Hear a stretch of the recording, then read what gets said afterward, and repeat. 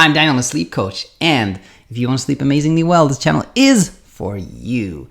In this episode, we're going to continue exploring the model. We're going to talk about sensations in your body, including cues and clues.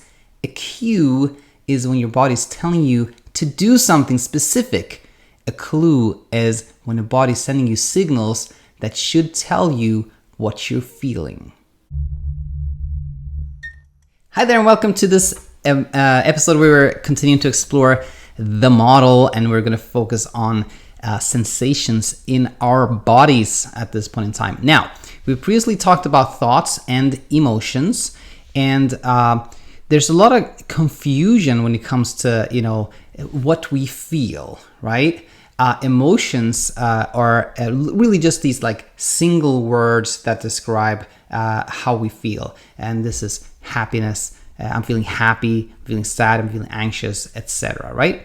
And in reality, there are just a limited number of emotions, but you can kind of combine them. They can be a different intensity, and that can create a whole spectrum of a whole emotional landscape, if you will. But there are more than just emotions that we can feel at any given point. And these include cues and clues. Now, what is a cue? Well, this is very, very straightforward. A cue is when your body's telling you to do something for a specific reason. For example, you are feeling cold. That is a cue to do something so that you feel more warm. Or you're feeling hungry. And that's a cue, of course, that you should eat. Or you're feeling sleepy, which is your body telling you to sleep, which may or may not be an appropriate time to do that, but that's what your body is telling you. That is a cue. Now, we also have clues, and this is where it gets really interesting. A lot of people describe things like, I have palpitations, I feel short of breath, I feel this heavy sensation in my chest.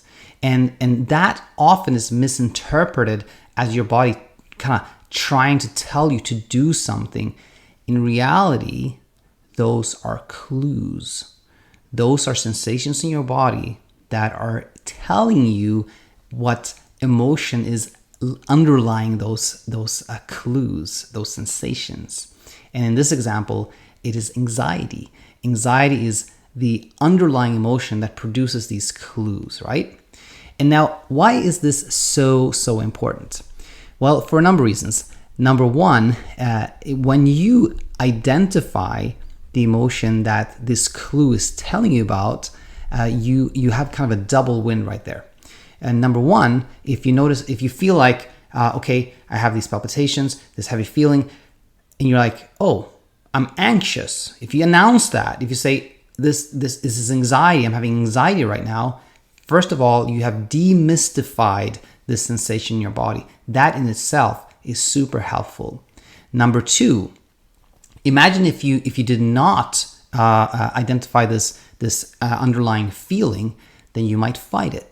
Meaning, you might start feeling like, I have these palpitations, I'm breathing fast, something's wrong, I got to stop this, got to do something about it. You're resisting something that you don't even know what it is. In reality, you are resisting anxiety in this case. And as we've seen in the past, whenever you resist something, then that, whatever that is, becomes stronger. It grows over time because you're training your brain when you're resisting it. You're training your brain that thing is dangerous and should be avoided.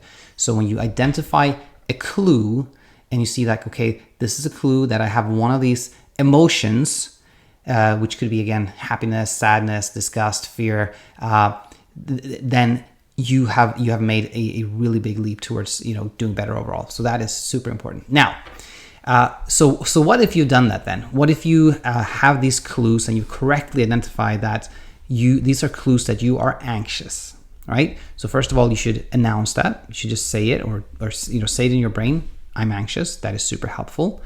And then that leads you then to not resisting it and simply sitting with it. Not doing anything to be less anxious at that point, not trying to avoid it or resist it, okay? And what's helpful there is that you're starting the process of training your brain that there's nothing wrong with this feeling. It's a normal feeling. It's part of the human experience. Now, You may have more of that feeling that you would like to have. So then comes the next step. And the next step is that when that feeling has subsided, you didn't do anything and it eventually subsided, then you can start doing the thought work. And that's what we're going to talk about more as we go forward. But that is when you can try to identify the thought that was behind that emotion. And then you can challenge the thought, work with the thought, change it, etc., to then change the cascading effect of the thought, which is the emotion. So that is why it's super important to identify clues and how to manage emotions. Now, next step here is we're going to talk about another type of clue, which is behaviors. And the thing here is that not only can specific sensations in your body be clues to how you're feeling, but what you do can be that as well. Imagine if you're finding yourself like eating a full bag of chips, which is like not typical. You're like, how did I just eat that whole bag of chips? Or you find yourself like, I've been running for like 3 hours. I don't usually like run this much, or whatever it is. You notice that there's something odd with your behavior. Well, guess what? That behavior is a clue to an emotion. And again, if you don't understand that, if you're just kind of like eating and you're in reality, you are overeating because you're trying to resist an emotion that you don't want to have, then again, it becomes super important to identify that this behavior is a clue to an underlying emotion. And again, you can announce that. You can be like, okay, I'm eating a lot now because I'm feeling sad. And when you made a huge leap there because you identified what was the underlying feeling that led to your behavior, and then you can at some point identify the thought that caused the feeling that produced your behavior, and then you can work on that. Another very important point there. Now, in conclusion here, we have seen that there are simple cues and then there are clues. It's important not to get them mixed up, because if you treat a clue like a cue, meaning you are having the sensation in your body that you're having these palpitations, you think this is a cue, my body's telling me to do something, then you end up in a rabbit hole and things do not get better.